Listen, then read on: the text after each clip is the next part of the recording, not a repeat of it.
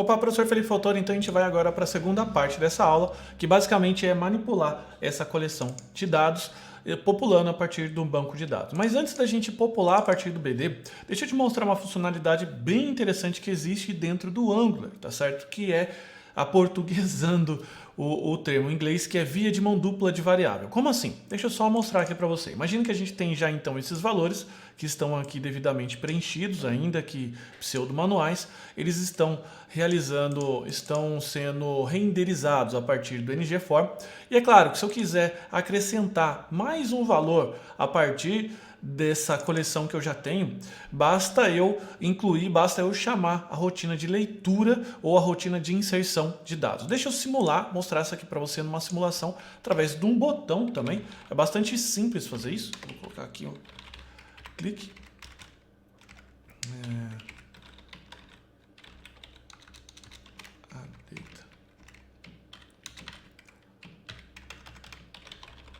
Adicionar. Vou colocar dados, tá? Só um label qualquer que a gente vai trabalhar. Que você já sabe. Add data. Então o que deixa eu fazer? This.dados.push é um método dessa coleção, tá certo? Depois você pode ver mais detalhes dentro da documentação do Angular, não só do Angular, mas também como do TypeScript. Mas se dados é uma coleção, ou seja, vulgo array, eu tenho então o método push que inclui informações a partir da última posição. Então a gente vai colocar aqui, ó, outro valor, 99, sei lá. Então a gente tem um botão aqui do lado dados, e a hora que eu clico, ele cria outro valor. Eu posso acrescentar, mas eu estou mostrando isso daqui não para você testar essa funcionalidade push do array, que na verdade não tem nada de muito surpreendente nisso, mas sim para você entender como que funcionou agora a renderização da view. Eu não preciso ficar recarregando toda a página e principalmente essa funcionalidade de via de mão dupla de variáveis do Angular, que ele compartilha, ele fica basicamente, entre aspas, monitorando esses valores, possibilita que eu crie aplicações muito mais fluidas. Diferente de quando eu faço a renderização, ou seja, o processo de exibição e criação desse HTML. A exibição, na verdade, é feito no browser, mas o processo de criação do HTML lá no servidor, como acontece, por exemplo, com Java, com PHP, com Python, enfim, com Ruby, no framework Ruby on Rails, enfim, nesse processo. Aqui, como a gente trabalha com JavaScript, fica muito mais fluido, como você vê, a página não recarrega, é muito interessante para o usuário. Bacana? Agora, é claro que a gente não vai ficar parado aqui nessa coleção fixa e eu vou trabalhar com você dentro agora dessa leitura do banco de dados. E é sempre bom lembrar que eu estou com a minha colinha aqui ao lado, você não está vendo, mas você vai ter sua colinha dos comandos das aulas de banco de dados que a gente fez. Guarde aquela colinha que é extremamente importante, tá? Eu vou ainda utilizar agora esse método que já está aqui pronto, add data, para que ele possa, ao clicar, popular. Bacana? Não fique chateado, fala, poxa professor, eu vou ter que clicar para mostrar um valor aqui. Não, a gente está caminhando na aula e você vai ver que depois a gente vai fazer isso por um processo automatizado. Primeiro eu vou pegar aqui essa variável dados, é um array, eu vou deixar ela vazia.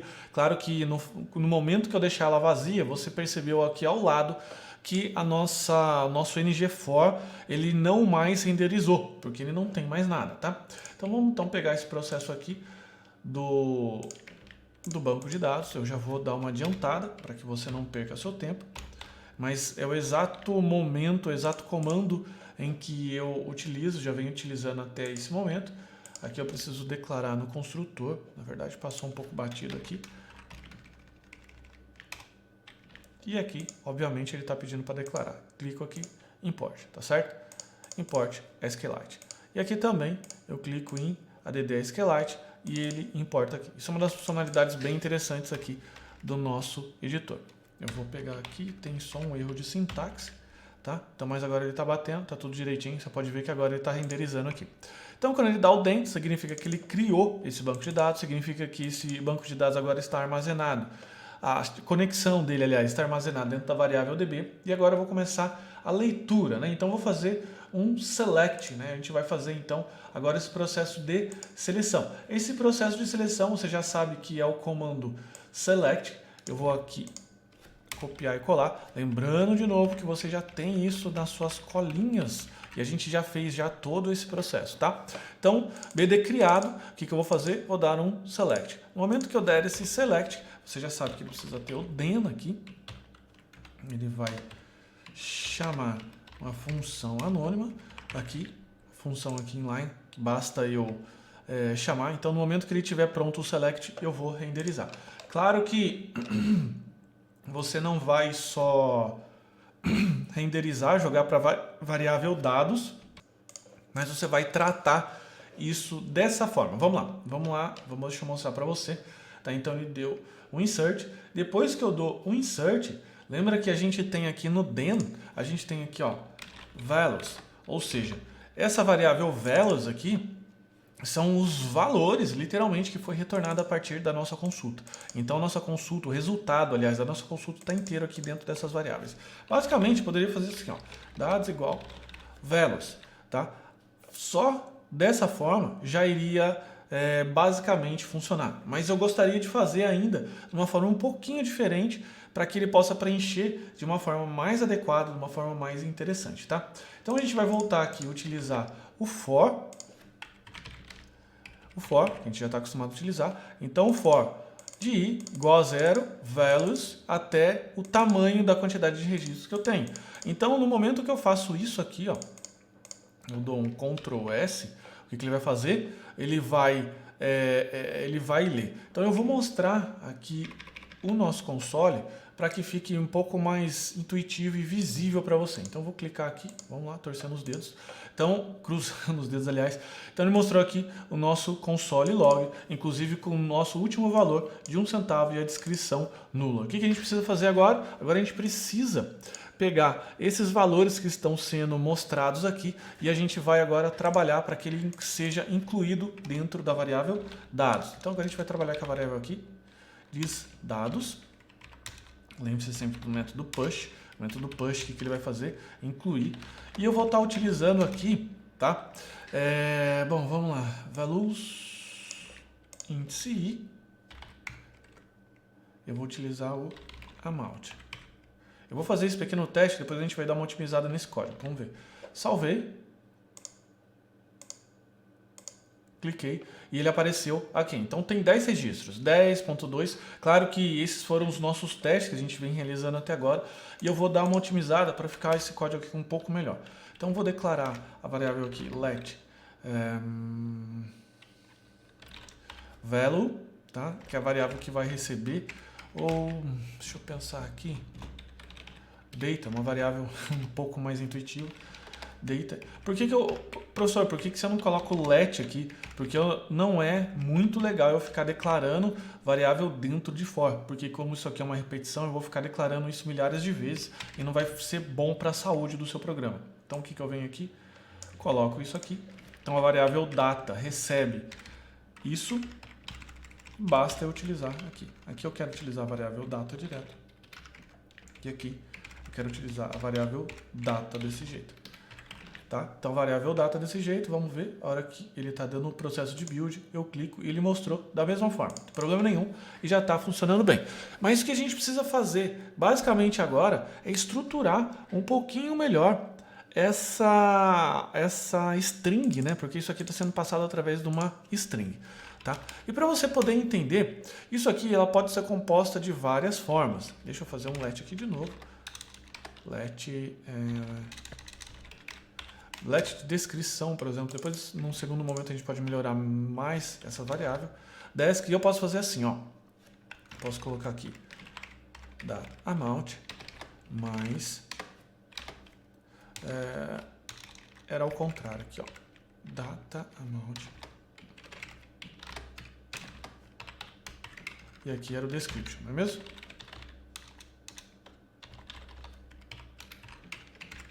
E aqui simplesmente eu coloco o description. Nesse momento que eu colocar o description aqui, clicar aqui no dados, eu cliquei 2 vezes, me desculpe, mas é por isso que ele renderizou aqui 20, mas você pode perceber que ele colocou teste 10.2, teste 10.2, enfim, ele fez esse processo, tá? Existe uma segunda forma que eu posso fazer, que é não precisar utilizar decimais, que é através de interpolação de string.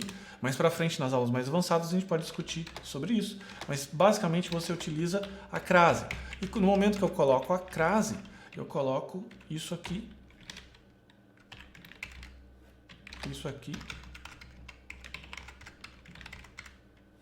dólar, faço isso e desk está montado do mesmo jeito. Vamos ver se eu não errei, não esqueci de nada, é isso mesmo, tá? Então ele colocou dessa forma. Mas professor, olha só, sendo um pouco mais chato, aliás, com razão, você está mostrando o valor 10.2, não teria que colocar o cifrão, enfim, fazer todo aquele processo de conversão de moeda? Você está certo. E como que a gente pode fazer isso? Eu vou colocar dessa forma um pouco mais elegante, né? Um pouco mais bonita, e a gente pode fazer dessa forma aqui, olha só. No JavaScript, quando você coloca essa chave, significa que você está falando para ele que você está criando uma estrutura. E basicamente você pode replicar essa estrutura fazendo o quê? Jogando a variável data direto. Então, dados push data. Tá? Então, você já viu aqui. Para que depois eu possa separar esses valores. Então, você já sabe que a variável data, por que você já sabe disso? Porque ela está sendo mostrada aqui no console, a variável data, deixa eu só jogar esse valor aqui, a variável data, que é a mesma variável que está sendo mostrada aqui, olha só, console, simplify data, ela tem aqui então o campo id, amount, description, tá? Por que ele está mostrando todos os campos? Porque aqui eu tenho um select, se eu colocar só amount, vou dar um salvar aqui, clicar aqui em dados de novo, você viu que ele postou só amount, não é mesmo? Então, você vai deixar por enquanto o asterisco, não tem problema nenhum para essa quantidade de dados, mas eu vou clicar aqui em dados e ele mostrou aqui então object. Porque literalmente isso daqui é um objeto, tá certo? Então como é que faz para eu recuperar esse objeto? Então eu vou colocar aqui dados, vamos melhorar então um pouco melhor. Data... Intries, né? Vamos dar o nome correto. Intries, select from intries.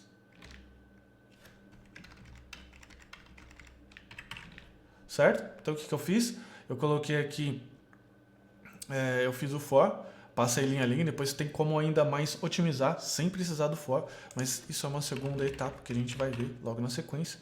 Coloquei aqui data, é isso mesmo, deixa aqui o intries. E aqui eu vou intries, na verdade, e intry, ou seja, é o singular desse plural. Por quê? Porque intries eu estou declarando logo aqui na sequência e aqui eu estou populando com cada push, tá bom? Então aqui eu vou colocar intry.amount. No momento que eu coloco intry.amount, olha só, o que eu faço? Ele colocou aqui o ponto, porque esse intry aqui é um objeto que está vindo direto do banco de dados, não é mesmo? Então, o que ele faz? O amount é um campo que está lá. Então, essa é a minha forma preferida de fazer. E eu posso colocar ainda um filtro. Vamos ver se eu estou bom de memória. Tá certo? E olha só, ele acabou de fazer exatamente o que a gente precisa. Colocou $1 na frente. Professor, por que isso aqui não está com R cifrão e o vírgula? Porque ainda falta a gente internacionalizar a nossa interface. Por enquanto, ele acredita que esse telefone é para o idioma inglês. O idioma inglês é só o dólar e o ponto, né? Não tem o sistema decimal, enfim, entre aspas, é invertido. É o vírgula no lugar de ponto, ponto no lugar de vírgula. Então, por isso que ele não está assim. Mas logo na sequência, eu tenho certeza que a gente vai fazer isso, principalmente na parte de UI, de melhora de interface, a gente vai padronizar. Por enquanto, vamos ficar atento que se você colocar o currency aqui, vai colocar esse pipe, currency, o que é esse currency aqui? Ele é um filtro. Nas aulas avançadas de Angular você vai descobrir isso daqui mais para a parte de bônus. Por enquanto, vamos se contentar a colocar isso aqui que a gente precisa andar, não é verdade? Falta então agora a descrição. A descrição eu coloco dessa forma. Então, coloco aqui os dois pontos anteriormente que estava aqui. Try.description. Então, cliquei aqui de novo, então ficou teste 2 pontos. Então ficou muito parecido, muito próximo daquilo que a gente precisa fazer, tá certo?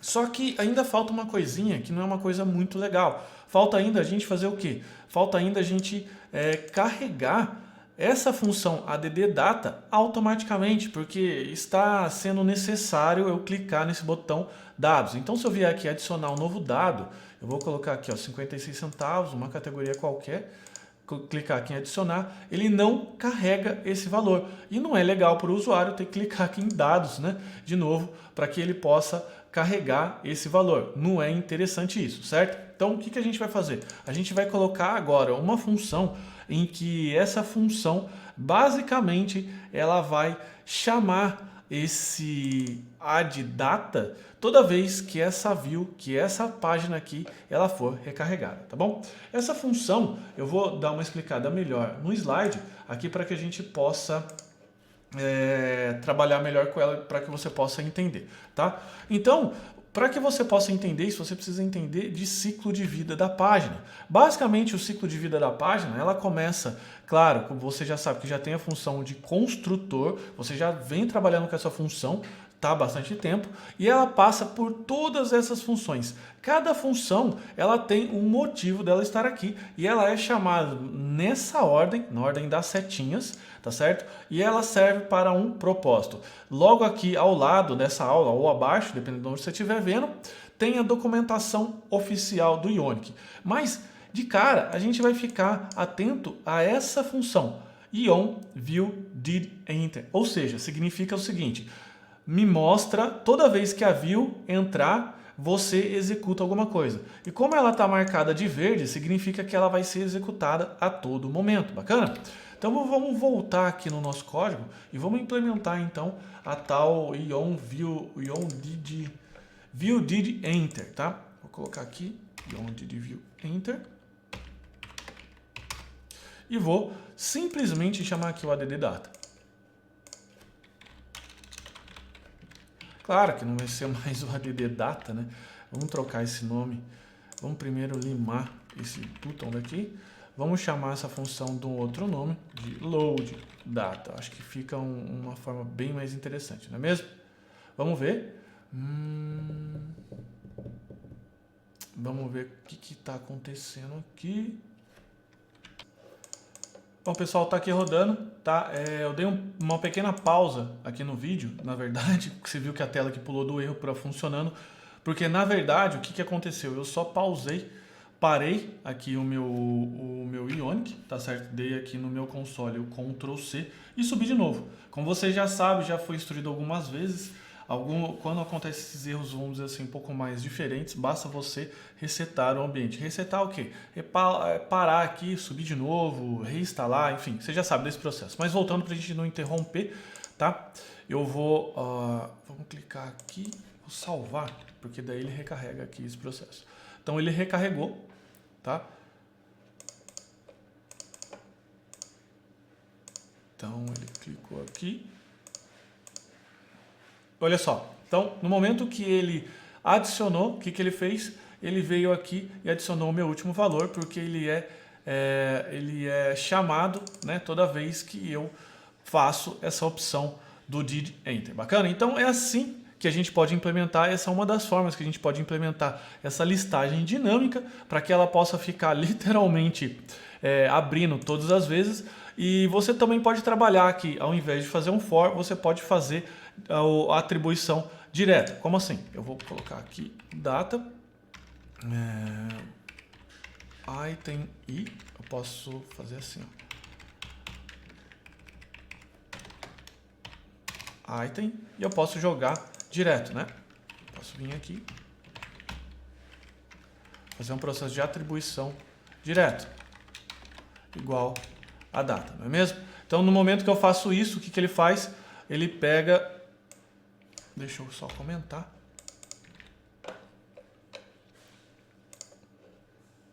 Eu vou adicionar um valor aqui.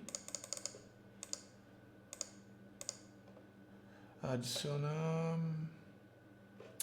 Bom, infelizmente não é possível mesmo, porque esse item aqui, ele é diferente. Deixa eu ver se tem alguma função. Bom, não tem nenhuma função útil, mas na verdade não vai ser possível fazer isso.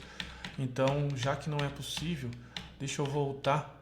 Aqui foi uma experiência que eu fiz para que a gente pudesse brincar. Então, toda vez que ele for fazer o for, eu venho aqui e zero meu intries para que ele não fique acrescentando no final. Zerar, colocar esse valor aqui, lazer, adicionar. E eu posso fazer isso quantas vezes eu quiser. Claro que tem mais de 5 aqui porque eu acabei de digitar novamente, tá bom? Mas não se preocupe, que nas próximas aulas agora a gente vai começar a organizar toda essa bagunça no bom sentido que a gente vem criando aqui, e a gente vai criar formas mais otimizadas de código, e você vai aprender também a fazer de uma forma mais bonita, bacana? Então vou ficando por aqui, espero que você tenha gostado dessa aula. Se gostou, comenta lá no clã, para que a gente possa saber se você gostou e eu estou no caminho certo. Forte abraço, tchau, tchau.